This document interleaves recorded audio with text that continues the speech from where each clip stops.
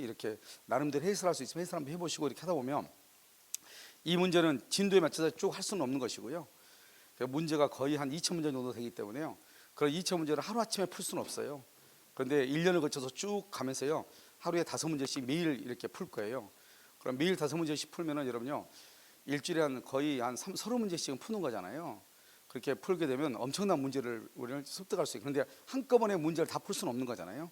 그런데 여러분들이 그림 노트를 보고 여러분들이 공부했던 범위 내에서 문제를 해결할 수 있도록 하고, 제가 항상 한 2, 3일 있다가 그 부분에 대해서 정답과 해설을 올려놓을 거예요. 그러니까 여러분들이 항상 문제하고 같이 풀어봐야 돼요. 무슨 말인지 아시겠죠? 그러니까 학생들은 자꾸 문제 푸는 게 무서우니까 자꾸 이론만 듣고 거기서 멈추더라고요. 그러면 여러분 절대로 안 돼요. 그래서 여러분 스스로한테 손해니까요. 그래서 그렇게 보도록 하겠습니다. 자, 그다음에요. 여기 보시면 그다음에 여러분 여기 보시면 그 학원 블로그가 남항주 공주사 학원이라고 돼 있어요. 네이버에요. 그래서 거기는 보시면 거기에 그 OX 있죠. 지금까지 12회에서부터 31회까지 OX 지문으로 나온 것을 지금 올려놓고 있거든요. 그래서 거기에 이제 문제 있고 정답 있고, 그러니까 여러분이 조금만 노력하시면 뭐 다른 어느 그 자료 같은 거 보지 않고도 충분히 혼자 자기주도 학습을 할 수 있도록 문제를 해놨으니까요. 여러분 블로그를 보든지 안 그러면 제 밴드에 들어오든지 해가지고 문제를 한번 풀으시면 될 것 같아요. 그다음에 이제 공중의사가 연도별 평균 점수하고 민법만요 해놨어요. 3년치를 한번 보시면은요. 일단 2019년에는 평균은 43점이었고 가락자 수가요 62,000이었는데, 이때는 2019년에는 사실 실제로 등록한 인원은 한 16만 정도. 그래서 문제를 실제로 시험을 본 사람은 10만도 안 되는 그런 때예요. 그러니까 반 이상이 과락이 났다 이런 말이죠. 그 다음에 2020년도 31회 때는요, 이때는 이제 처음으로 19만 명 정도가 접수를 했었어요. 그래서 그때는 해가지고 실제 응시한 사람은 한 그렇게 많지는 않을 거예요. 한 4, 5만 정도 될 거예요. 그래서 실제로 시험 보는 사람들이 있잖아요. 거기에서 8만 명, 그러니까 딱 반이요. 그냥 과락이다 이렇게 보시면 돼요. 민법은 우리가 이제 응시 접수 인원의 반 정도예요. 그다음에 이제 32회죠. 32회 시험에서는 전체 뭐 뉴스에서는 40만이라고 나왔는데 그건 아니고요.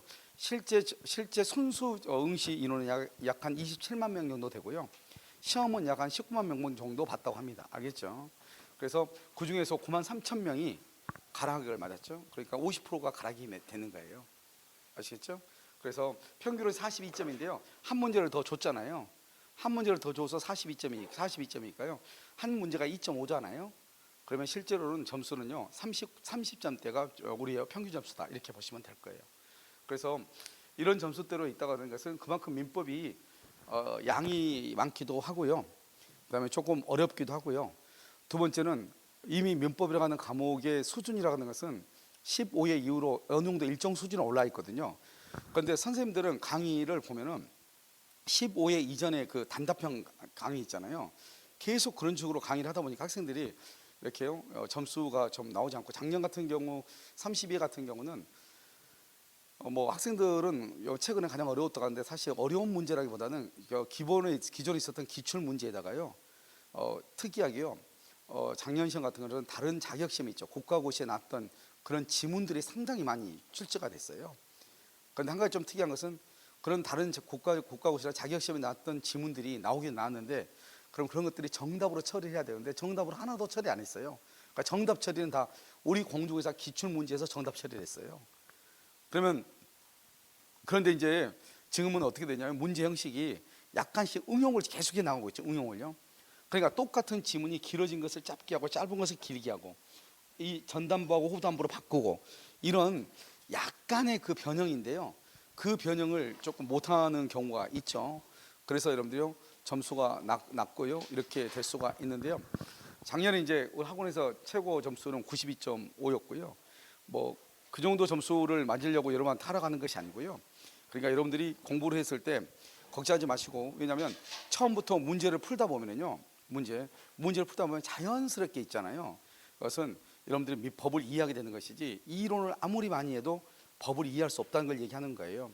그래서 혹시 여러분들이 오후에 같은데 또 그 아이들 있고 어린아이들이 있고 이런 분들은 이걸 못 하잖아요. 공부를 혼자 마음대로 이렇게 할 수 있는 것이 아니어서요. 오후에 혹시 못 들을 수도 있고 야간반도 못 들을 수 있는데요. 야간반 같으신 분들은 죄송하지만 꼭 토요일이나 일요일을 이용해서 문제풀이, 다른 강의는 안 들어도 문제풀이 강의, 그러니까 민법하고 개론하고 같이 이제 다음 주 또 동시에 이어지잖아요. 그 문제풀이 강의를 꼭 좀 들었으면 좋겠고요. 그다음에 이제 주간박 같으신 분들은 혹시 못 들어도 집에 가셔가지고 여러분 라이브 강의 하잖아요. 라이브 동시에 학원 강의를 실시간 라이브 하니까요. 그 라이브 강의를요 꼭 좀 들었으면 좋겠어요. 무슨 말인지 아시겠죠? 자, 그러면요. 지금부터 이제 민법 총칙부터 한번 보도록 하겠습니다. 여러분 그 그림 노트 다 가지고 계시죠? 그래서 여러분요 지금 그림 노트가 아직 내일 이걸로 자료가 오고 있죠. 책이 만들어지기 때문에 여러분 그림 노트 가지고 계시죠? 그림 노트로 먼저 잠깐 보시면요. 여러분 여기 보시면 여러분들 그림 나와 있죠. 그리고 바로 밑에를 보시면 이 그림에 대한 해설이 나와 있어요. 무슨 말인지 아시겠죠? 그래서 이 그림을 보고 여러분들이 여기는 그 요약이라고 보시면 돼요. 여러분들 강의를 듣고 이 밑에 부분을 보시면 다 알 수 있도록 그렇게 책이 편제가 되어 있어요. 그래서 모두에서 그림은 모두에서 원칙은 이제 100페이지예요. 그래서 100장 100페이지에서 그림 100페이지, 해설 100페이지에서 기본적으로 200페이지로 구성이 되어 있어요. 무슨 말인지 아시겠죠? 그래서 이걸 보시는데 진짜 이제 지금부터 보시면 이제 여기 그림을 한번 보시죠. 이 그림에는 한 장 안에 모든 걸 다 담았어요. 일단 한 테마는 모든 테마를 한 장에 담았는데, 근데 이것을 우리가 이제 PPT로 해가지고 강의를 하려고 하면 한 테마를 다 하면은 글씨가 너무 적어지는 거예요. 그래서 테마 하나를 이렇게 잘라가지고 무슨 말인지 아시죠? 그래서 지금부터 설명을 해요. 그러니까 여러분들이 그림을 보고 따라오시면 무슨 말인지 금방 알 수 있으실 거예요. 아시겠죠? 자, 그럼 지금부터 한번 보도록 하겠습니다. 자, 이제 1번이 법률관계와 법률행위라고 되어 있죠. 자, 거기 보시면 일단 갑이요. 여기 16이라고 되어 있죠. 이것은 여러분들이요, 우리가 이제 EBS 기본 교재를 보는 거잖아요. 그 EBS 기본 교재의 16페이지에 해당하는 내용이다. 지금 그걸 얘기하는 거예요. 아시겠죠? 지금 이해됐나요, 지금요? 자, 보셔요. 자, 갑이요. 자, 을이라는 사람하고요. 갑이 을한테 내 집을 1억 원에 사라고 청약을 합니다. 그럼 내 집을 1억 원에 살래 이 말이죠. 이것을 청약이라고 얘기하는 거예요. 그러면요, 이것을 다른 말로 뭐라 한다? 의사표시라고 얘기를 해요. 그러니까 청약이라고 하는 말이 곧 의사표시다 이 말이죠. 그러면 간단히 얘기하면 의사표시라고 하는 것은 뭐냐? 제가 지금 얘기하고 있잖아요. 이것을 간단히 뭐라 한다? 의사표시다 이렇게 표현을 하는 거예요. 그러면 여기서요, 의리한 사람이 알았다. 내가 1억 원에 살게 이렇게 얘기하죠. 이것을 뭐라 한다? 승낙이라고 하고요. 이 승낙을 다른 말로 뭐라 한다? 의사표시라고 얘기하는 거예요. 그러니까 우리가 이제 민법을 기존에 들었던 분들은 괜찮은데 처음 오신 분들은 법이라고 하는 것은 우리 민법은 뭐냐면 그것은 해석 법학이라고 그래요. 그 말은 무슨 말이냐? 법률 용어만 알면 누구나 민법을 다 공부할 수 있다는 것이고요. 두 번째는요, 우리 민법은요 일반 사법이라고 하는데요, 주변에서 일어났던 그 우리 개인과 개인 간의 어떤 일들이 있잖아요. 이런 것들을 단지요 법률적인 용어로만 잠깐 바꾸는 것뿐이에요. 그러니까 여기서 민법을 공부하려면 사회 경험이 많으면 많을수록, 알겠죠? 그러니까 어느 정도 나이가 어느 정도 있어야지, 적어도 50대 정도가 돼야지 법을 쉽게 이해하는 거예요. 그러니까요, 나이가 어리면 어릴수록요 법을 이해하기가 약간 어려울 수가 있어요. 왜? 이 말이 어떤 거지 이게 상상이 안 되니까요. 그런데 이제 어느 정도 나이가 있고 사회적 연륜이 있고 그러다 보면 여기저기서 들었던 것들이 많이 있잖아요. 그런 내용들을 다 뭐냐? 법률 용어로 단지 만들어 놨을 뿐이란 말이죠. 그래서 여러분요, 우리가 이제 법을 공부를 할 때는 뭐가 가장 중요하냐? 그 용어를 해석하는 것을 중요해요. 그런데 그 용어를 어떻게 해석하는 것이냐? 명확하게 의사표시는 뭐다 이렇게 해석하는 것이 아니고, 아, 의사표시 그건 그런 거지 이렇게 먼저 이해하는 게 빠르는 거예요. 그렇게 하면서 이 그림을 보는 거예요. 알겠죠? 그래서 이 청약과 승낙을 의사표시라고 하고, 이것을 다른 말로 뭐라 한다? 법률 사실이라고 얘기를 해요. 그래서 나중에 이제 여러분요, 법률 사실에서 보통 한 문제가 나온단 말이죠. 그러면 이 법률 사실이라는 것은 무슨 말이냐? 그건 알 필요가 없죠. 지금은 우리가 법률 사실이라는 것은 청약이라는 거죠. 즉 내 집을 살래? 이걸 청약이라고 하는 것이고, 이것을 의사표시라고 하는 것이고, 이것을 다른 말로 뭐라고 한다? 법률 사실이다 이렇게 표현을 하는 거예요. 그럼 먼저 말을 하죠. 말을 하는 사람은 뭐라 한다? 표의자라고 해요. 의사를 표시하는 사람이다. 그 말을 듣는 사람을 뭐라 한다? 상대방이라고 얘기하는 거예요. 그 다음에 이 갑은 지금 뭐죠? 집을 팔고 있죠. 집을 파는 사람을 뭐라 한다? 매도인이라고 얘기하는 거예요. 그러면 집을 사는 사람은요, 매수인이라고 얘기하죠. 그러니까 매도인인 표의자인 갑이 을에 대해서 1억 원에 사라고 청약을 하고, 을이 거기에 대해서 1억 원에 사겠다고 승낙을 하죠. 이 청약과 승낙을 의사표시, 다른 말로 하면 청약과 승낙을 뭐라고 표현한다? 법률 사실이다 이런 말이죠. 이러한 청약과 승낙이 뭐가 된다? 그것은 일치가 되죠. 반드시 합의가 돼야 돼요. 값은 1억인데 을은 1억 너무 비싼데요? 그러면 안 되죠. 그래서 일치가 되죠. 그러면 매매라고 하는 계약이 이루어지는 거예요. 이 계약을 우리는 뭐라 한다? 그것을 법률 요건이라고 그래요. 잘 봐봐. 이것은 청약과 승낙은 의사표시고 법률 사실이죠. 그 다음에 여기 매매 계약은 뭐라 한다? 법률 요건, 다른 말로 요건이라고 얘기하는 거예요. 그러니까 우리가요, 여러분 요건, 이 요건을 뭐라 한다? 이것이 원인이 돼. 여러분 원인이 있으면 항상 뭐가 나온다? 결과가 나오잖아요. 원인이 있으면 결과가 항상 나오는 거예요. 그래서 원인의 인자하고 결과의 과자를 따서 인과관계가 있다 이렇게 표현을 하는 거예요. 그래서 이게 원인이야. 그러니까 우리는 계약이 원인인 거예요. 그 계약을 법률 요건이라고 하는 거예요. 그것을 원인행위라고 얘기하는 거예요. 지금 무슨 말 이해됐나요? 그것을 원인이라고 하고요. 그래서 그런 원인에 의해서 뭐가 이루어진다? 갑은 을한테 등기를 해줄 의무가 생기는 거죠. 왜? 계약을 했으니까요. 대신 뭘 받아야 돼요? 돈 받아야죠. 대금. 대금 지급 청구권이 있죠. 을은 갑한테요, 당연히 등기를 청구할 수 있죠. 대신 뭐를 줘야 돼요? 대금을 지급해야 되죠. 이것을 우리는 뭐라 한다? 이것을 법률 효과, 다른 말로 결과라고 얘기하는 거예요. 그래서 여러분요, 항상 뭐냐면 법은 3단계로 돼서 법률 사실, 법률 요건, 법률 효과 이렇게. 이 법률 원인을 뭐라 한다? 법률 요건은 원인이죠. 그래서 여러분 나중에 등기법에 가면 뭐가 나오냐면 등기 원인 증서, 등기를 하려면 등기 원인 증서를 제시해야 되거든요. 그 등기 원인 증서가 뭐냐? 원인 증서가 계약서를 가져라 이 말이죠. 자, 등기 원인 증서는 뭐죠? 이렇게 물어본단 말이죠. 그럼 계약은 무슨 계약이죠? 매매 계약이냐, 증여 계약이냐, 교환 계약이냐 이 말이죠. 그래서 이것을 원인행위다 이렇게 얘기하는 거야. 이 원인이 법률 요건이고. 그러니까 여러분요, 이렇게 생각해. 법률 요건이 뭐지? 이걸만 네가 머릿속에 딱 꽂히지 않으면 공부 못 하는 거예요. 알죠? 공부는 그렇게 하는 게 아니에요. 법률 요건이라는 것은 계약이다. 여러분들이요, 학원에 오셔가지고 강의를 듣고 싶다고 청약을 하고 학원에서는 강의를 들으라고 승낙을 했죠. 청약과 승낙에 합의가 있었죠. 그래서 여러분들 수강 등록했죠. 그 수강 등록을 뭐라 한다? 수강 계약이죠. 그 수강 계약을 법률 요건, 그것을 원인이라고 하는 거예요. 그래서 여러분은 학원하고 원인행위, 법률 요건을 한 거예요. 그 원인에 대한 결과로서, 그 법률 요건에 대한 법률 효과로서 여러분은 강의를 들을 수 있는 권리가 있고 학원은 강의를 해줄 뭐가 있다? 의무가 생기는 거예요. 알겠죠? 여러분들이 편의점 가서 물건을 산다? 그럼 물건에 대해서 매매 계약이죠. 커피, 우유 하나에 대해서 매매 계약이죠. 그 커피, 우유 하나 주세요. 그 매매 계약이 법률 요건이고 원인이고, 그 요건에 대한 효과로서, 즉 원인에 대한 결과로서 여러분은 커피, 우유 대금을 지급하고 커피를 인도받는 거죠. 그것을 법률 효과, 그것을 결과라고 얘기하는 거예요. 그러니까 항상 우리 법의 구조는 요건과 효과로 이루어져 있는 거예요. 그러니까 여러분들 기본서로 보면 항상 어떻게 되냐? 1번이 뭐냐? 의, 2번이 뭐냐? 요건, 3번이 뭐냐? 효과, 이렇게 이루어져 있는 거예요. 무슨 지 알겠죠? 그래서 원인, 그 다음에 의, 요건, 효과, 원인, 결과 이렇게 얘기하는 거예요. 그래서 여러분요, 우리가 이 결과라고 하는 것은 원인이 있으면 당연히 나오는 게 결과인 거예요. 그러니까 중요한 것은 우리가 최종적으로 가고자 하는 건 이거죠. 여러분이 학원에 등록한 이유가 뭐예요? 학원 수강계약서 쓰려고 오는 게 아니잖아요. 최종적으로 여러분은 강의를 듣기 위해서 온 거잖아요. 그런데 강의 듣는 것은요, 수강 계약만 하면 당연히 듣는 거예요. 내가 최종적으로 가고자 하는 것은 결과예요. 그런데 그 결과가 있기 전에 징검다리로 원인이 있어야 돼. 그것을 뭐라고 한다? 요건이라고 얘기한단 말이죠. 그래서 여러분 중요한 것은 뭐냐? 요건이 있다? 그럼 효과가 나온다. 원인이 있다? 결과는 당연히 나와. 그래서 우리가 가고자 하는 것은 효과이지만 중요한 것은 요건인 것이에요. 그래서 우리 시험엔 민법 총칙에서는 요건에서만 10문제가 나오는 것이에요. 무슨 지 아시겠죠? 자, 그 다음에요, 이것은 이제 법률 효과를 다른 말로 뭐라 한다? 법률 행위의 목적이라고 해. 그러면 이 말이 또 무슨 말이냐? 항상 내가 봐봐요. 요건은 이퀄 원인이고, 효과는 이퀄 결과이고, 의사표시는 이퀄 법률 사실 이렇게 돼 있죠. 이 말이 뭐냐? 우리 민법의 다른 과목에 비해서 약간 어려운 게 같은 의미를 가지고 있는 단어들이 많아요.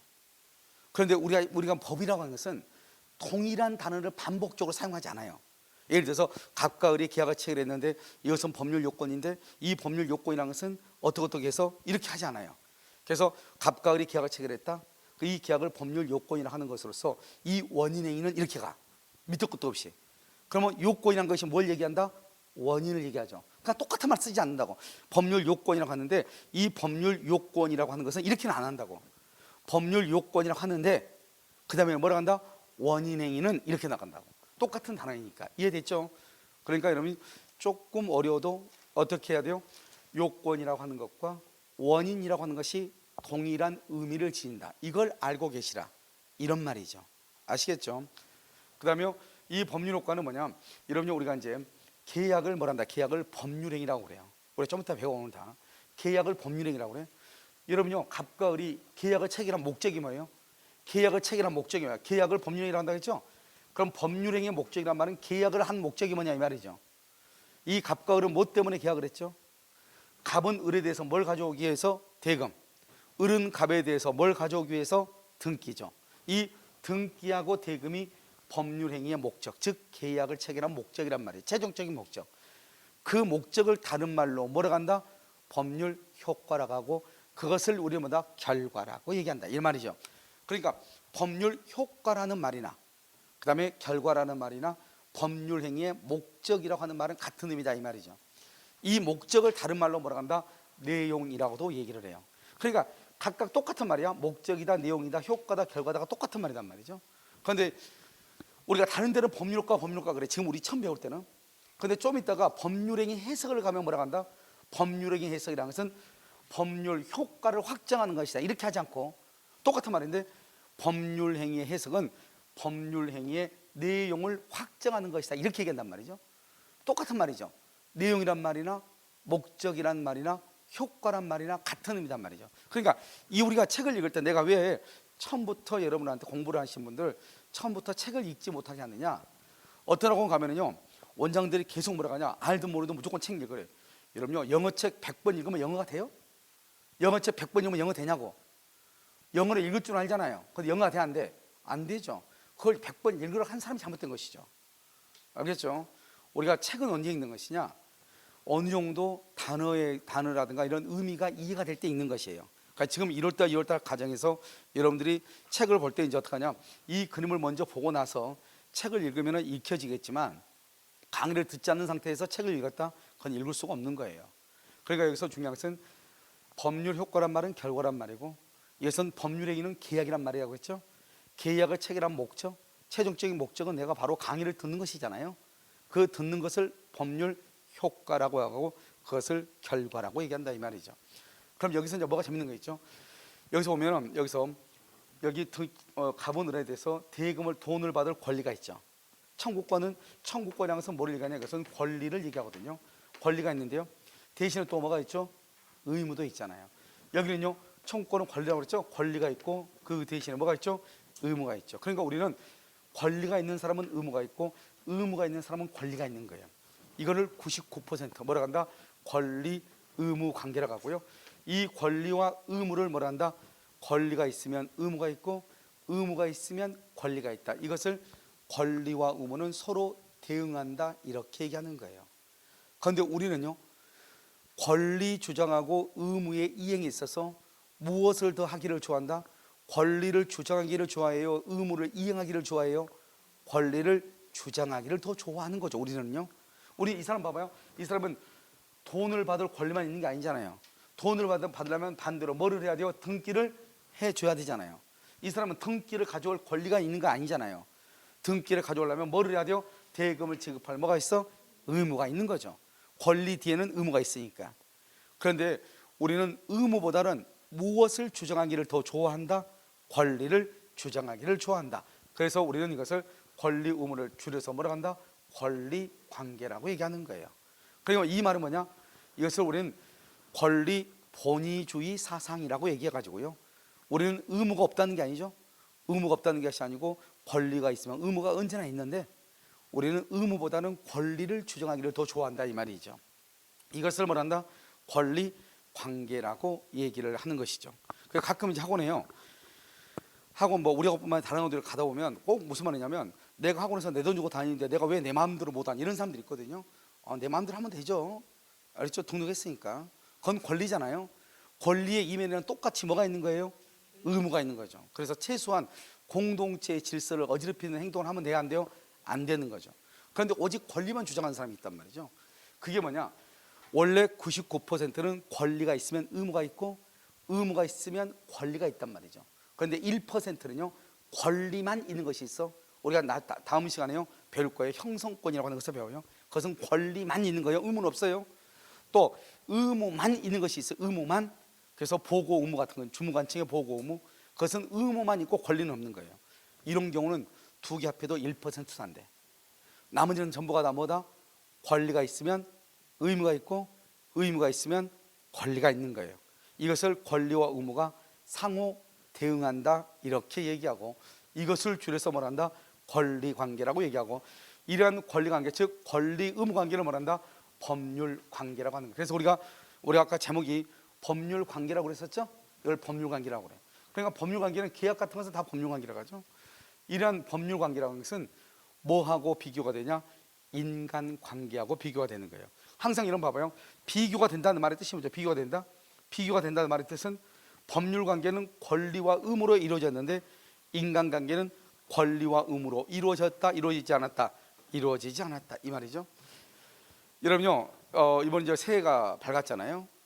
여러분요, 작년 한 해를 돌이켜보면요, 가족들 간의 약속 같은 거 있잖아요. 가족들 사이에, 부부 사이에, 부모와 자식 간에 그 약속이 지켜진 거 있나요? 뭐 거의 없죠. 그럼에도 불구하고 우리는 별로 신경 쓴다 안 쓴다? 안 쓰죠. 우리가 약속을 했으면 계약이잖아요. 계약은 지켜야 되잖아요. 지키지 않으면 채무 불이행이 되잖아요. 그럼 손해배상을 청구해야 되잖아요. 그런데 가족 간에는 손해배상을 청구한단 말은 권리가 있다는 거죠. 가족관계는 손해배상을 청구할 수가 있어요, 없어요? 없죠. 그 말은 가족관계는 권리관계가 아니라는 거죠. 인간관계는 가족 간의 관계, 친구와의 관계 이런 거거든요. 권리관계가 없다 이 말이죠. 아시겠죠? 그래서 우리 어제요 작은 애가요 자기 친구하고 다른데요 백신 패스가 되는 그런 나라들이 있나 봐요. 이제 여행 가기로 이렇게 친구들하고 군대 가기 전에 우리 여행 가자 이렇게 약속을 했나 봐요. 그런데 이제 어제 이제 작은 애하고 같이 차를 타고 왔는데요. 못 갈 것 같은데 이러는 거야. 왜 그랬더니 친구가 자기는 엄마한테 전화했대. 엄마한테 얘기했더니 엄마가 안 된다고 했대요. 그러니까요. 그럼 친구들하고 어디 놀러 가고 그랬잖아요. 우리 군대 가기 전에 한번 가자. 그런데 못 간다잖아요. 그럼 그 친구를 향해서 그러면 내 지한테 손해배상 해야 되겠다. 이런 말이 나와야 되는데 한다 안 한다? 안 하죠. 왜? 친구 사이의 약속은 그것은 인간관계에 불과해서 권리와 의무가 존재하지 않는다는 거죠. 이해됐죠? 그 대표적인 말은 뭐다? 가장 대표적인 게 호의동승이라고 하는 거예요. 여러분 호의동승이라고 하는 것은 뭐냐면 공짜로 태워주는 거죠. 여러분 여기서요 금곡에서 같이 오신 분들 있죠? 그분들은 같이 와가지고 갈 때 어떻게 해요? 누구 한 사람이 차 타면 같이 타고 가잖아요. 타고 가다가 사고가 발생했다 이 말이죠. 그런 경우는 어떻게 될 것이에요? 문제인데 아무튼 사고가 발생하지 않고 정해진 집에 나한테 우리 아파트 앞에 데려다 주면 고마운 거잖아요. 저걸 인간관계죠. 그런데 분명히요 첫 시간에 와가지고 이따 나하고 같이 가요 그랬는데 강의 끝나가지고 가려고 하니까 혼자 도망가고 없는 거예요. 그런 경우 있잖아요. 그러면 내가 전화해가지고 너 어디 갔냐고, 나 지금 가고 있대. 그럼 당신 아까 나한테 같이 가자고 했는데 약속을 했으니 손해배상은 내가 좀 택시 타고 가야 될 것 같다. 그러니까 손해배상으로 12,000원 내놔라. 돼요 안 돼요? 안 된다 이 말이죠. 그것을 무슨 관계라고 한다? 인간관계. 인간관계는 뭐가 없다? 권리가 없는 거예요. 그럼 여러분요, 그럼 우리가 권리라고 하는 것이 무엇인지를 알아야 되잖아요.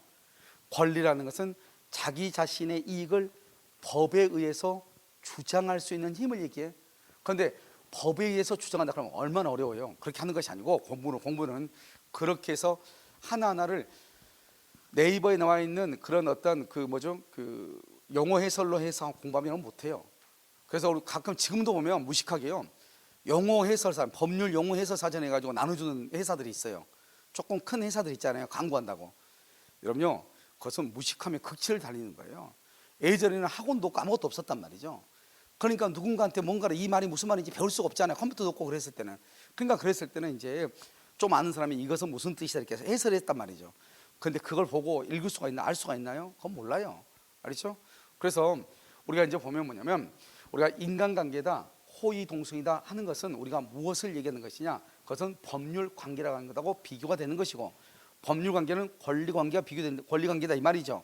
이때의 권리는 뭐냐? 이런 것이죠. 누군가가 어떤 사고를 쳤어요. 사고를 쳐서 나한테 상담을 해요. 그럼 내가 뭐라 한다? 야, 그럼 변호사한테 가야지 왜 나한테 왔어? 법무사한테 가봐야지. 우리 학원에 민법선생님한테만 가봐야지. 이렇게 얘기하죠. 그 사람은 뭐가 있다는 거예요? 권리가 있다는 거예요. 너 변호사한테 가면 될 것 같아 이 말이잖아요. 법무사한테 가면 될 것 같아 이 말이잖아요. 우리가 뭔지 몰라도 지금까지 내가 말했죠. 아까 민법이라는 것은 사회적 경험이 많으면 많을수록 이해하기 쉽다고 그랬죠. 그러니까 내가 사회적 경험을 봤을 때 이런 경우는 보통 손해배상을 청구했거든요. 이거는 정말 나쁜 것 같거든요. 그런데 무슨 법에 입에 있는지 모르겠어. 법이 있는지 없는지 모르겠어. 어떤 사람들은 민법이 있는 거 아는 사람 있어요? 여러분 주변에 민법 혹시 아냐고 물어보세요. 들어본 적 있냐고. 단 한 번도 없을 거예요. 그래도 그 사람은 계약해도 계약 깨지죠. 그러면 계약금 2배 달라고 소리 질러 안 질러? 소리 지르죠. 민법 알아 몰라? 모르죠. 몰라도 한다고. 그게 바로 사회적 경험이라고요. 아시겠죠? 그러니까 우리가 권리라고 하는 것은 굳이 민법의 지식을 요하지 않더라도 누구나 다 알 수 있는 것들이에요. 그래서 누군가가 얘기를 했더니 뭐라고 얘기하냐? 야, 너 그런 일을 당했냐? 나는 세상 천재 너 같은 바보는 처음 봤다. 걔는 뭐가 없다는 거예요? 권리가 없다는 거예요. 알겠죠? 너는 변호사한테 한번 가봐라. 너는 권리가 있다는 거예요. 단지 우리가 그것이 민법상 권리인지 아닌지 민법률적인 용어로 그것이 권리에 해당한다 이렇게 알고 있지 않았을 뿐이지 우리는 이미 다 알고 있는 거예요. 무엇을 통해서? 사회적 경험을 통해서.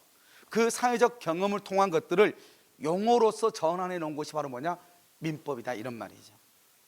알겠죠? 그래서 여기서 보면 이제 권리와 의무가 있다. 이것은 인간관계와 비교되죠. 좀 있으면 우리가 인간관계하고 비교를 할 거예요. 그런데 이러한 권리와 의무관계, 즉 권리관계를 다루는 법을 실체법이라고 그래요. 이 실체법을 뭐란다? 민법을 실체법이라고 그래요. 민법을. 그래서 항상 실체라는 말이 나오려면 뭐가 있어야 돼? 권리와 의무가 있어야 돼요. 그래서 우리 민법은 어디까지냐? 우리 민법은 여기까지. 갑은 을한테 등기를 해줄 의무가 있고 돈을 받을 권리가 있고 을은 갑에게 등기를 청구할 권리가 있고 돈을 줄 의무가 있다. 여기까지만 민법이고 여기까지만. 알겠죠? 그럼 여기까지 민법이면 그럼 어떻게 한다? 이 실체법과 비교된 게 절차법이거든요. 그러면 민법에 의해서 권리가 발생하고 의무가 있잖아요. 그럼 권리를 어떻게 하고 실현시켜주고요.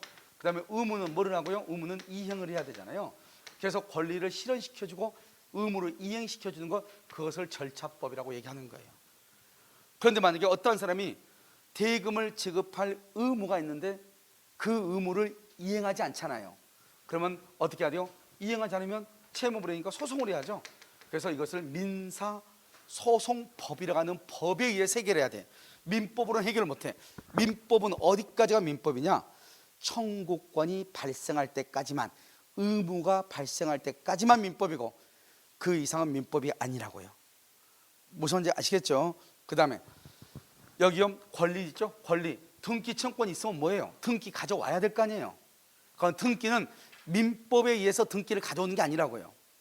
등기는 무슨 법에 의해서 등기를 가져온다? 뭐예요? 부동산 등기법. 여러분 부동산 등기법이라고 해가지고 여러분요 토요일날 배울 때 고갑성 선생님 계시죠? 그 고갑성 선생님한테 배우는 게 바로 부동산 등기법. 그것을 절차법이라고 얘기하는 거예요. 우리 민법은 무슨 법이라고 그래? 실체법이다. 그럼 여러분 봐.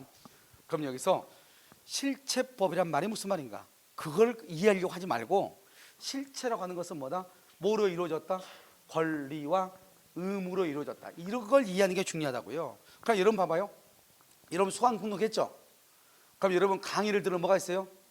권리가 있죠? 학원은 강의를 해줄 뭐가 있어요? 의무가 있죠?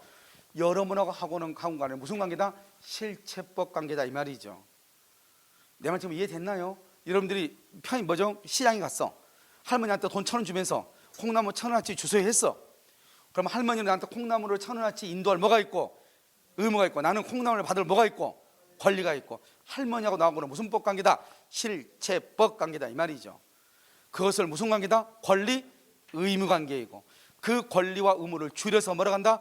권리 관계라고 하시고, 다른 말로 고상하게 사사성어로 뭐라 한다?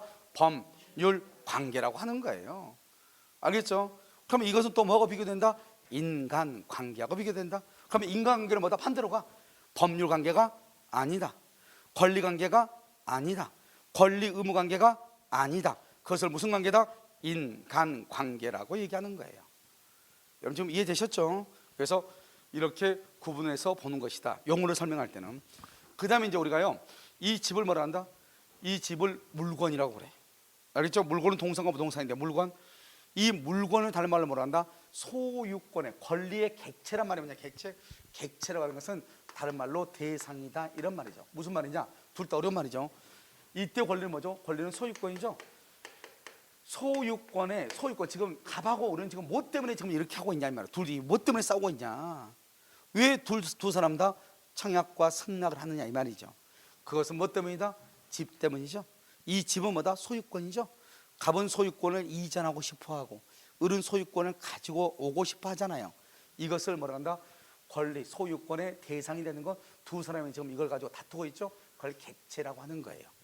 이것을 다른 말로 뭐라 한다? 아까 내가 법률행위는 뭐라고 그랬죠? 계약이라고 그랬죠? 갑과 을이 계약을 하게 된 목적물이죠. 물이란 말은 항상 이런 바, 물이라는 것은 물건이라는 뜻이에요. 물건을 줄여서 물이라고 그래.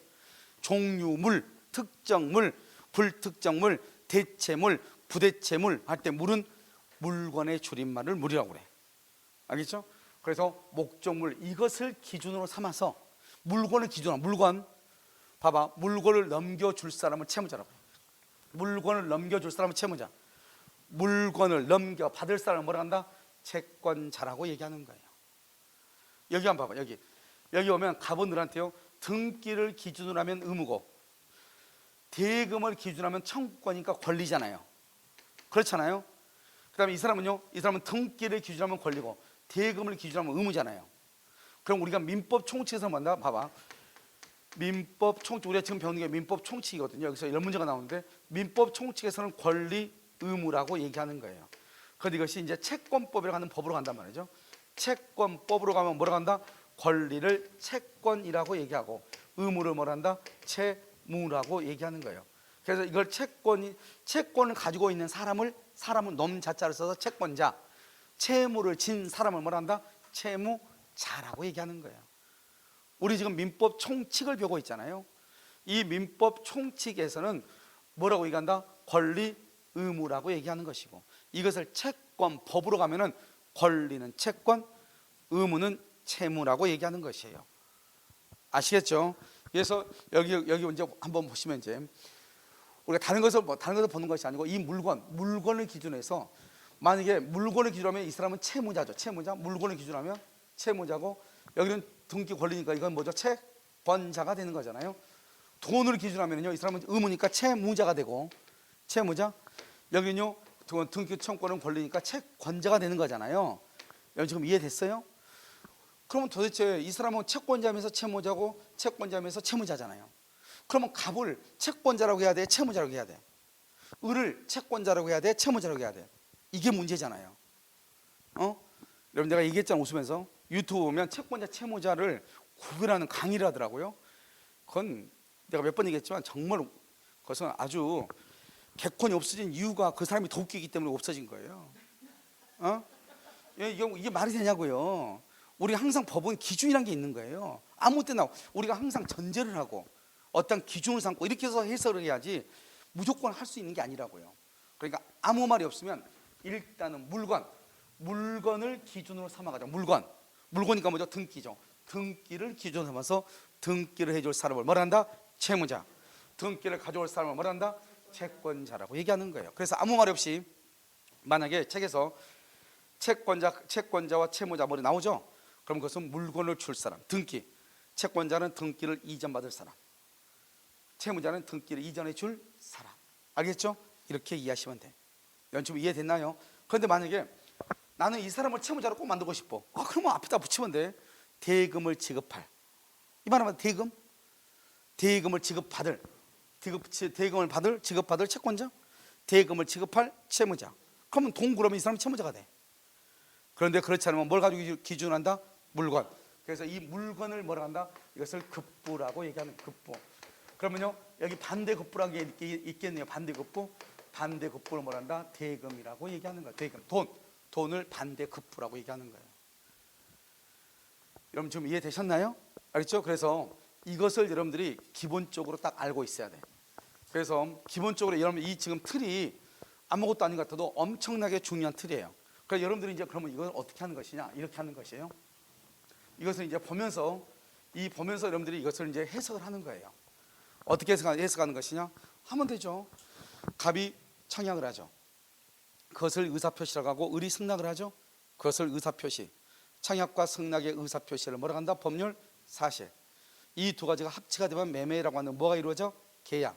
계약을 뭐라고 한다? 법률 요건. 법률 요건을 뭐다? 원인. 원인이 있으면 뭐가 나온다? 결과. 결과를 뭐라고 한다? 법률 효과. 법률 효과를 다른 말로 계약의 목적이죠. 계약을 체결한 목적이죠.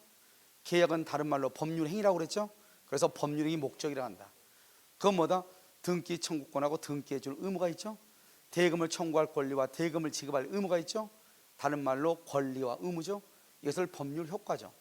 그런데 권리가 있으면 99% 뭐가 있다? 의무가 있고, 의무가 있으면 뭐가 있다? 권리가 있다. 이것을 권리와 의무가 서로 대응한다, 상호 대응한다고 하고, 우리는 의무보다는 무엇을 주장하기를 좋아한다? 권리. 그것을 권리 본위주의 사상이라고 얘기하는 것이고, 이런 권리 관계로 이루어진 법을 권리 관계로 이루어진 것을 뭐란다? 법률 관계라고 얘기하는 것이고, 이런 법률 관계가 비교되는 것은 뭐라 한다? 인간 관계고, 인간관계는 뭐가 없다? 권리 의무가 없다. 대표적인 게 바로 뭐다? 호의 동승, 공짜로 태워주는 것. 이러한 법률 관계를 다루는 법을 무슨 법이라고 한다? 실체법이다. 실체법이 바로 민법이다. 그럼 실체란 게 뭐냐? 실체 고민하지 마. 실체가 뭘까? 권리와 의무로 되어 있으면 다 실체관계다. 권리와 의무로 되어 있으면, 여러분들이 만약에 버스를 탄다. 내가 버스를 타죠? 그럼 버스가 승강장에 멎었다는 것은 청약이에요. 버스가 승강장에 오면 타세요 이 말이잖아요. 내가 올라탄과 동시에 승낙이 돼. 그러면 거기서 버스에서 나하고는 운송계약이 성립해. 운송계약. 나는 그래서 뭐를 한다? 그 지갑 꺼내서 찍어야 돼. 삑 소리 안 나. 삑 소리 안 나면 난리 나는 거죠. 그래서 나는 대금을 지급할 뭐가 있어? 의무가 있고. 그러면 내가 삑 소리 했죠? 그러면 운전자는 나를 목적지까지 태워다 줄 뭐가 있고? 의무가 생기고, 나는 목적지까지 타고 갈 뭐가 있고? 권리가 있고, 운전자는 대금 요금을 받을 뭐가 있고? 권리가 있고. 그것을 권리 의무 관계죠. 이러한 권리 의무 관계를 뭐라고 한다? 법률 관계라고 하고, 이러한 법률 관계를 다루는 법을 무슨 법이라고 한다? 실체법이라고 하는 것이고, 이러한 법률 관계는 뭐하고 비교된다? 인간 관계하고 비교되고, 인간 관계는 우리가요 공짜로 태워주고 나서 갑자기 돌변해서 요금이요? 그러면 돼? 안 돼? 안 된다. 인간관계는 처음부터 뭐가 없다? 권리 의무 관계가 없다. 그래서 공짜로 태워주고 돌변해서 돈 달라고 해도 줄 필요가 있다 없다? 없다. 무슨 관계니까? 인간관계니까 이런 말이죠. 이해됐죠? 그러니까 여러분들이 지금까지 이 지금 얘기한 것들이 민법에서 가장 어려운 부분이에요. 가장 어려워도 여러분들이 그림을 보고, 처음에는 조금 안 되겠지만 그림을 보고 이것을 여러분이 하고 싶은 대로 어느 정도 말을 하면 돼요. 알겠죠? 그리고 이제 다시 한번 봐봐. 여기 보시면 청약은 의사표시고 승낙은 의사표시고, 이것을 법률 사실이죠. 그 말은 청약이 법률 사실이고 승낙이 법률 사실이란 거예요. 계약을 뭐란다? 법률 요건이라고 그래. 대금 청구권하고 등기 청구권을 뭐라고 그래? 법률 효과라고 한단 말이죠. 이해됐죠? 그래서 이제는 이것을 줄인단 말이죠. 줄여가지고 어떻게 한다? 청약은 법률 사실, 그 다음에 승낙을 뭐란다? 법률 사실. 아까 우리 청약과 승낙을 의사표시라고 그랬죠. 이 두 가지가 모이면 계약이 이루어지죠. 계약을 뭐라고 한다? 법률 요건. 다른 말로 원인이다 결과다? 원인. 원인이 있어 뭐가 나온다? 결과. 결과를 뭐라고 한다? 법률 효과. 법률 효과 기억나나요? 법률 효과는 뭐라고 한다? 대금 청구권, 등기 청구권이죠. 이것을 우리가 짧게 한번 보자. 짧게. 이게 지금 우리가 그 앞에 봤던 것은 너무나 길었잖아요. 그 길었던 것은 이제 다 쳐버리고, 가지 다 쳐버리고, 알겠죠? 몸통만 보자 이 말이죠. 청약을 법률 사실, 승낙을 법률 사실. 맨 첫 페이지에 보면 맨 오른쪽에 나와 있죠. 맨 앞에, 맨 밑에 오른쪽에 나와 있죠. 그래서 청약과 승낙이 이렇게 있으면 법률 요건, 그것을 원인이라고 하고, 그 다음에 법률 효과, 대금 청구권하고 등기를 결과라고 얘기하는 거죠. 그럼 봐봐, 여기 봐봐. 법률 사실이란 게 뭐냐? 법률 사실이 모이면 뭐가 이루어지죠? 법률 요건, 계약이 이루어지죠. 그러니까 법률 사실이 모이면 계약이 이루어지죠. 법률 요건. 그래서 법률 사실은 법률 요건을 이루고 있는 개개의 사실을 얘기해. 그러면 법률 요건은 뭐냐? 법률 사실로 이루어졌다 이 말이죠. 그 말을 어떻게 표현한다? 법률 요건은 법률 사실을 구성 요소로 하는 것이다. 이렇게 표현을 해요. 됐나요 지금? 그러면 이제 봐봐. 여기서 이제 가지고 한번 보자 말이죠. 지금 뭐만 가지고 보는 것이냐? 법률 사실하고 법률 요건만 가지고 보자 이런 말이죠. 그러면 우리가 방금 뭐라 했죠? 법률 요건은 법률 사실이 모이면 법률 요건이라고 그랬죠. 법률 사실은 법률 요건이라는 것을 이루고 있는 개개의 사실을 얘기한다고 그랬죠. 그럼 여기서 이제 어떻게 읽냐 이렇게 읽어. 법률 사실은 법률 요건을 이루는 개개의 사실이다. 법률 요건은 법률 사실이 있으면 법률 요건이잖아요. 법률 요건은 법률 사실을 구성 요소로 하는 것이다. 그 말씀 말이죠. 법률 사실이 모이면 뭐가 된다? 법률 요건이 된다. 이런 뜻이잖아요, 이게. 그 다음에 이번에는 이 법률 요건 봐봐. 잘 봐. 법률 요건은 뭐죠? 원인이죠. 원인이 있으면 뭐가 된다? 결과가 뭐다? 법률 효과죠. 그러니까 읽으면 돼. 여러분요, 내가 강의한다고 해서 내가 읽는 방식대로 읽는 것이 정석이 아니에요. 어떤 형태로 있든지 간에 관계없이 필요한 단어가 어떻게 들어가면 돼요? 필요한 단어가 법률 요건, 원인, 효과, 결과가 들어가면 돼. 앞으로 가든 뒤로 가든 관계없어. 한번 볼까요? 자, 법률 요건은 원인이다. 뭐에 대한 원인? 결과에 대한 원인. 어떤 결과? 법률 효과. 그러니까 그대로 읽으면 법률 요건은 원인인데 결과라고 하는, 즉 법률 효과라고 하는 결과에 대한 원인이다 이 말이죠. 이걸 다시 읽으면 법률 요건은 법률 효과다. 법률 요건은 법률 효과다. 뭐에 대한 법률 효과? 결과라고 하는 것. 즉 법률 요건은 법률 효과라고 하는 결과에 대한 원인이다. 법률 효과는요? 법률 효과는 결과다. 뭐에 대한 결과? 원인에 대한 결과. 어떤 원인? 법률 요건. 아무 말도 아니죠. 이 단어만 들어가면 된다니까요. 그러니까 이런 공부를 할 때 너무 똑같이 내가 말하는 대로 책에 나와 있는 대로 자꾸 암기하려고 하지 말라고. 왜냐하면 꼭 그렇게 안 나와 있으면 어떡할 거야 나중에. 똑같이 꼭 그렇게 안 나오면 사람들 헷갈린단 말이죠. 그 말이 중요한 것이 아니고 중요한 키워드가 들어가면 되는 거예요. 이렇게 하든 저렇게 하든. 한번 봐요. 법률 효과는 법률 요건에 대한, 봐봐. 법률 효과는 법률 요건에 대한 결과죠. 법률 효과는 원인에 대한 결과죠. 그렇잖아요? 요건하고 원인이 똑같은 거잖아요. 그러니까 법률 효과는 결과인데 뭐에 대한 결과냐? 요건에 대한 결과. 왜? 요건이 원인이니까. 법률 효과는 원인에 대한 결과. 법률 효과는 법률 요건이라고 하는 원인에 대한 결과. 다 똑같은 말이잖아요. 그러니까 하나씩 법률 효과는 요건에 대한 결과, 법률 효과는 원인에 대한 결과, 법률 효과는 법률 요건이라고 하는 원인에 대한 결과. 어떻게 있든지 간에 똑같다니까요. 중요한 키워드는 뭐예요? 이 세 단어가 들어가느냐, 앞으로 들어가든 뒤로 들어가든. 다시 볼까요? 법률 요건은 뭐다? 원인이죠. 뭐에 대한 원인? 법률 효과라고 하는 결과에 대한 원인. 법률 요건은 원인이죠. 뭐에 대한 원인? 법률 효과에 대한 원인. 결과에 대한 원인. 법률 효과라고 하는 결과에 대한 원인. 세 가지로 해석이 되는 거잖아요. 그렇잖아요. 눈 뜨고 계시죠? 오케이. 법률 요건은 효과에 대한 원인, 결과에 대한 원인. 두 개 똑같으니까 법률 효과라고 하는 원인, 결과에 대한 원인. 이렇게 읽는다니까요. 그러니까 어떠한 형태로 있든지 간에 똑같은 것이에요. 그래서 이걸 한번 볼까요? 여기요. 이거 보면 법률 요건은 법률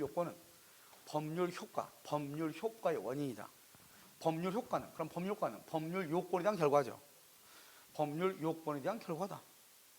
그 다음에 법률 요건은 법률 효과라고 하는 결과에 대한 원인이다. 법률 요건은 법률 효과라고 하는 결과에 대한 원인이다.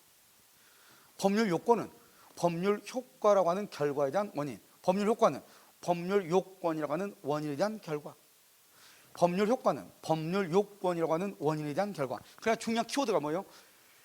여기 법률 효과는 뭐다? 그건 결과죠. 뭐에 대한 결과? 요건이라고 하는 원인에 대한 결과잖아요. 이거잖아요. 이 말이 들어가면 된다니까요. 이 말만 딱 들어가면 되는 거예요. 법률 요건은 뭐다? 그것은 원인이죠. 법률 요건은 원인이잖아요. 뭐에 대한 원인이다? 법률 효과. 법률 효과가 뭐예요? 결과죠. 결과에 대한 원인이다. 그러니까 이 말들이 아주 어려운 것인데, 이게 만약에 여러분요, 책에는 보통 이런 이 넷 중에 하나로 써 있거든요. 넷 중 하나로 책이 쓰여 있으면 이 책을 딱 보고 나서 거의 딱 읽었는데 이해가 된다, 그런 것은 없어요. 알겠죠? 그래서 뭘 해야 되냐? 그림을 먼저 봐. 그림을 보라고. 이걸 먼저 암기하려고 하지 말고 여기 있는 그림을 먼저 보라고. 그럼 끝이라고. 알겠죠? 처음에는 잘 안 되지만 연습하면 돼. 법률 요건은 원인이고 효과라고 하는 결과에 대한 원인이고 법률 요건은 효과에 대한 원인이고 결과에 대한 원인이고 효과라고 하는 결과에 대한 원인이고. 이해됐나요? 어떤 형태로 있든지 똑같은 것이라고. 자, 그 다음에 봐봐. 이번엔 전체를 다 읽어볼까? 전체를 한번 다 볼까요? 그러면 여기하고 여기하고 다 묶어서 본다 이 말이죠. 그럼 인생 끝이죠. 한번 봐봐. 여기 법률 요건이 허리죠. 자, 법률 요건은 뭐냐? 법률 요건은 법률 사실을 구성 요소로 하는 것으로서. 법률 요건은 법률 사실을 구성 요소로 하는 것으로서. 됐죠? 그 다음에 법률 요건은 법률 효과라고 하는, 법률 요건은 법률 효과라고 하는 결과에 대한 원인이다. 결과에 대한 원인이다. 그러니까 이걸 전체를 다 읽을 때는 어떻게 읽는 것이다? 여기에서 2번하고 여기에서요, 여기에서 이 3번하고 이 두 가지를 딱 읽으면 돼. 두 가지를 딱 읽으면 어떻게 돼? 법률 요건은 법률 사실을 구성 요소로 하는 것으로서 법률 효과라고 하는 결과에 대한 원인이다. 이러면 이제 한꺼번에 전체를 다 아우러서 읽는 거예요. 그러니까 여러분, 이게 이제 문제가 나올 때 이런 식으로 나온다고. 문제가 나올 때는. 그러니까 여기만 나올 수도 있고 여기만 나올 수도 있고 두 개를 묶어서 나올 수도 있고. 그러니까 어떤 형태로 나오든지 간에 필요한 단어만 들어가면 된다고요. 알겠죠? 꼭 나처럼 얘기할 필요 없다고. 여러분 띄엄띄엄 얘기해도 세 단어만 딱 들어가면 끝이에요. 법률 요건은 뭐냐? 효과, 결과, 원인. 딱 이 세 단어만 딱 들어가면 되는 거예요. 법률 효과가 뭐냐? 요건, 원인, 결과만 들어가면 되는 거잖아요. 그러니까 계속해서 공부를 할 때 꼭 이렇게 암기해야 된다. 이거 중요한 것이 아니고 이것이 어떻게 이루어졌다고 하는 것이 중요한 것이라고. 내 말 이건 이해됐죠? 자, 그 다음에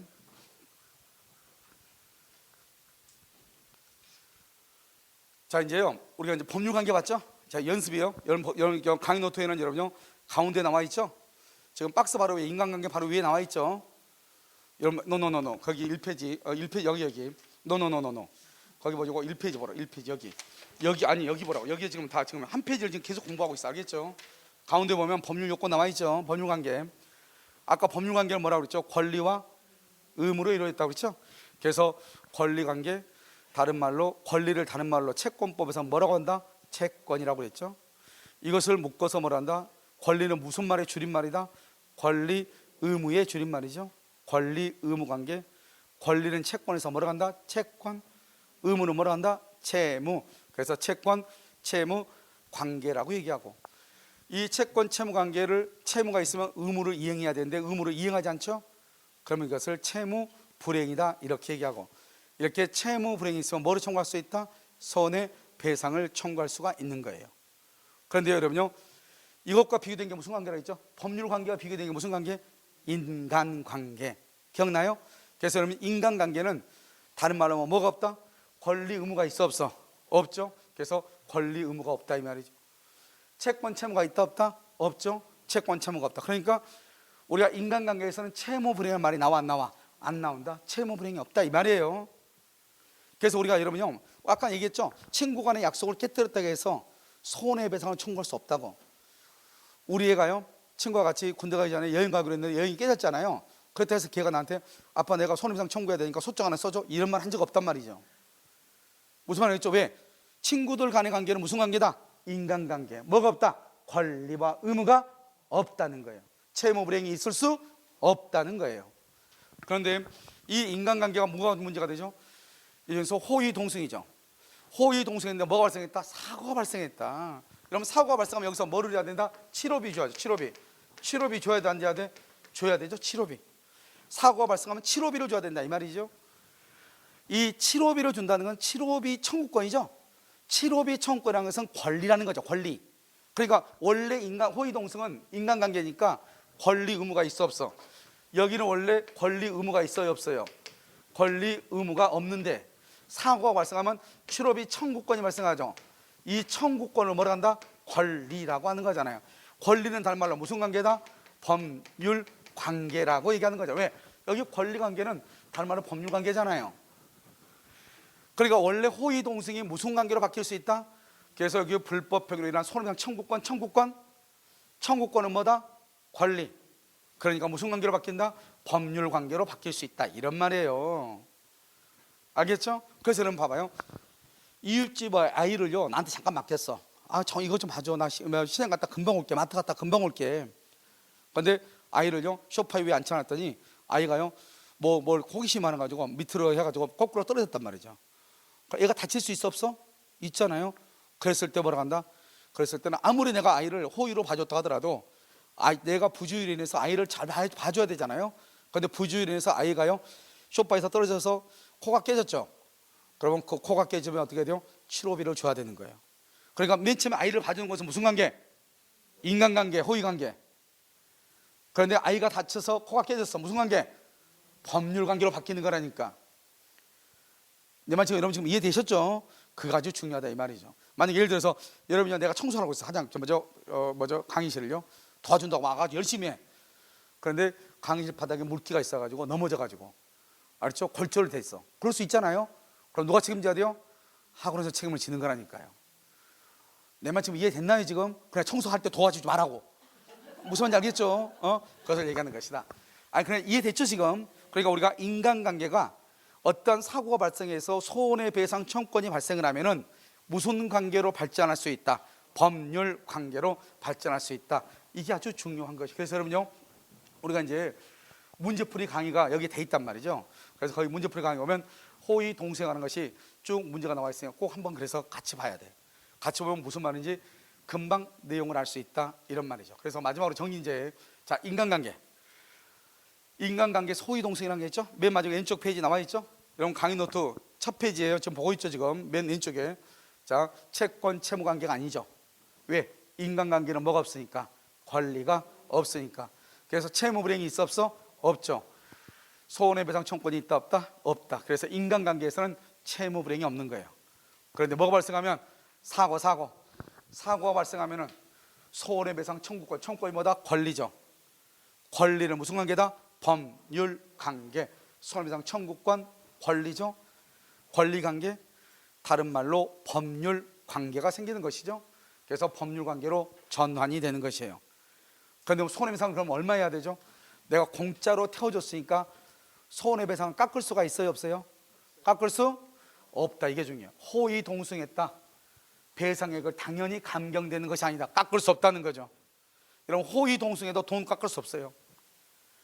알겠죠? 공짜로 탔다 해서 돈 깎아달라면 안 된다고. 두 번째, 그런데 신의칙이나 형평의 원칙, 형평이 안 맞다 이 말이죠.